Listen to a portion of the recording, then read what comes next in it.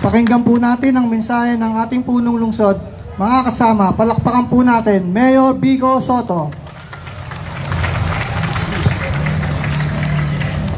Magandang umaga po sa ating lahat, Vice Mayor Dodot, sa ating mga konsyal, sa mga kasama natin mula sa BJMP, BFP at PNP at iba bang nasyonal na ahensya, sa ating mga kawani ng institutional sector, lalo na sa ating host. Maraming salamat po sa ating host, ang Budget Office, Accounting Office at pati ang Treasurer's Office po natin, sa ating mga kabataan, ano ba tawag sa kanila?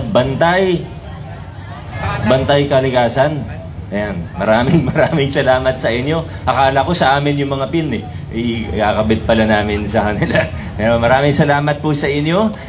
Napaka-importante po ng ating lahat ng ginagawa po natin para protektahan ang ating kalikasan towards a more sustainable environment, sustainable future. Lahat naman po ng ginagawa natin ay para sa kanila. Alam mo, sa palagay ko, no, ngayong Happy Earth Day po pala, sa palagay ko, ang pinakamahalagang bahagi po ng ginagawa natin para sa environmental protection. Alam mo, opo, may mga proyekto tayo, may mga tree planting, may mga ibang events, at maganda po lahat yan, at kailangan gawin po natin yan. Pero tayo, hindi rin tayo mahilig sa mga masyadong malalaking event or gesture. Minsan kailangan siyang gawin, pero ang talagang pinaka-importante para sa isang sustainable future ay wala na pong iba kundi ang enforcement natin ng mga existing na batas at regulasyon. Sa totoo, sa Pilipinas, hindi naman tayo nagkulang sa batas. Hindi tayo nagkulang sa rules, hindi tayo nagkulang sa mga regulasyon. Tingnan natin, environmental laws natin. Magaganda naman po eh. Opo, minsan may mga kailangan tayong idagdag. Kung may mga panukala, mga konsyal natin, wala naman pong problema dyan. Baka maganda pa nga. Pero ang totoo niyan, ang pinaka-importante, yung enforcement ng rules and regulations. At sa palagay ko, nagagawa na po natin yan ng hindi man perpekto pa, pero nagagawa po natin yan ng maayos dito sa lungsod ng Pasig. Sa pangunguna na ating Senro, ito hindi na po na-pick up to ng media, baka hindi na nabalitaan ng karamihan sa atin. Hindi ko rin naman post now, tahimik natin ginagawa. Nung nakaraan, siguro mga last month, may napasara tayong isang malaking pabrika dito. Ilan na lang naman ng pabrika dito sa Pasig. Pero may napasara tayong isang malaki. Ito, kaibigan ko pa yung may-ari. Pero ngayon dito sa Pasig, wala na tayong room para sa negotiations, para sa pakiusap. Kung may violation, na-warningan na, nabigyan na ng notice, hindi pa rin sumunod, patuloy pa rin yung alinsunod sa batas, talagang mahigpit po tayo. Dahil nakita naman natin lahat ng problema natin sa Pilipinas. Nakita natin yung mga nakakalbong bundok. Nakita natin yung ilog natin na in previous decades talagang namatay yung ilog. Ilog Pasig, Ilog Marikina.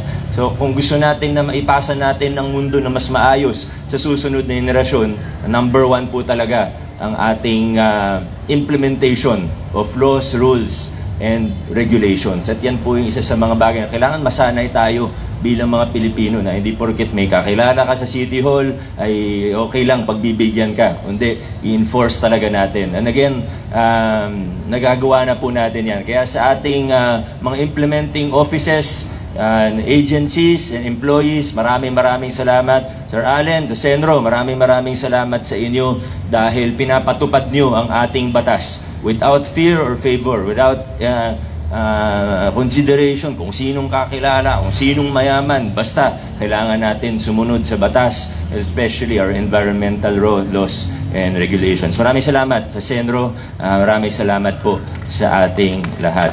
God bless sa atin. Happy Earth Day. Adjourn na po tayo. Ngayon po ay ginugunita natin ang mga sumusunod. April 27, Order of National Artist, Proclamation Number 114, Series of 1973. April 22, Philippines Earth Day, Proclamation Number 1481, Series of 2008. Tinatawagan po sila Ms. Aloha A. Alcano and Ms. Helen Tiong mula sa tanggapan ng Senro.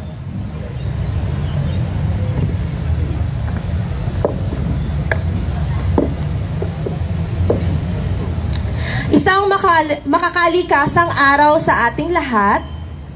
Ang ating pambansang bayani na si Dr. Jose Rizal ay naniniwala ang kabataan ang pag-asa ng ating bayan.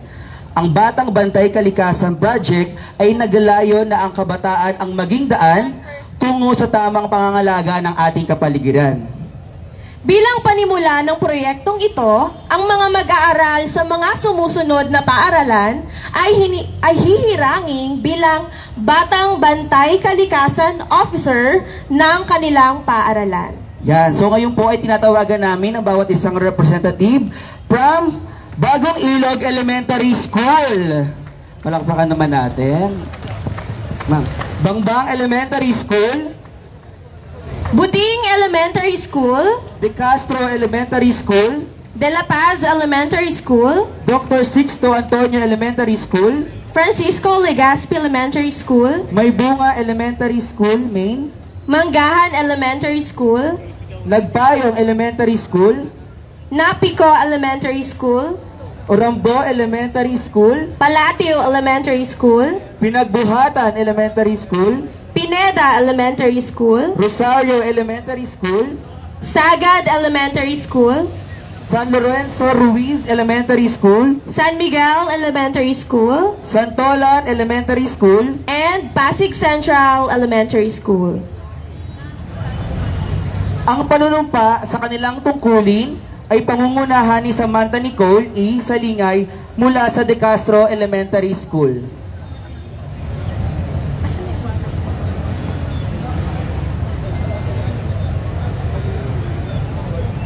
Ako ay isang batang bantay kalikasan na nangangako na sa bawat hakbang na gagawin ko, sisikapin kong pangalagaan at protektahan ang ating kapaligiran. Itataguyod ko ang mga proyektong magbibigay kaligtasan sa kalikasan at tutulong sa pagtugon sa mga suliraning pangkapaligiran. Magiging huwaran ako sa pagbabawa sa paggamit ng plastik at pagre-resiklo ng mga bagay na pwede pang mapakinabangan upang mapanatili ang kalinisan ng ating kapaligiran, hindi lamang sa paaralan. Sa pamamagitan ng aking mga gawa at salita, ako ay magiging huwaran sa iba sa pagiging mahusay na batang bantay kalikasan. Ang mga nanumpang BBK officers ay pipinan ng BBK logo bilang tanda ng kanilang opisyal na pagkakatalaga bilang BBK officers ng kanilang paaralan. Inaanyayahan po para sa pagpipin po ng logo.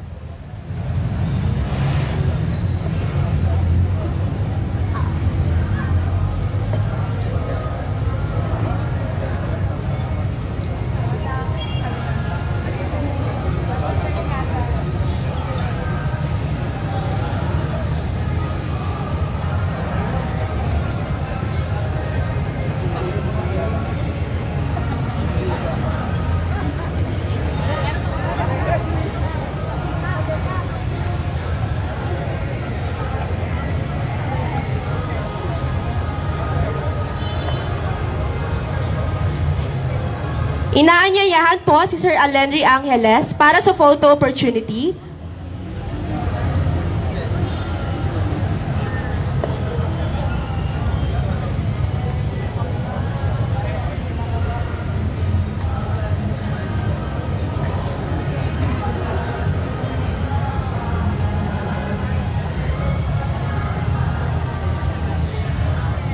Smile! 1, 2, 3, smile. Isa pa po.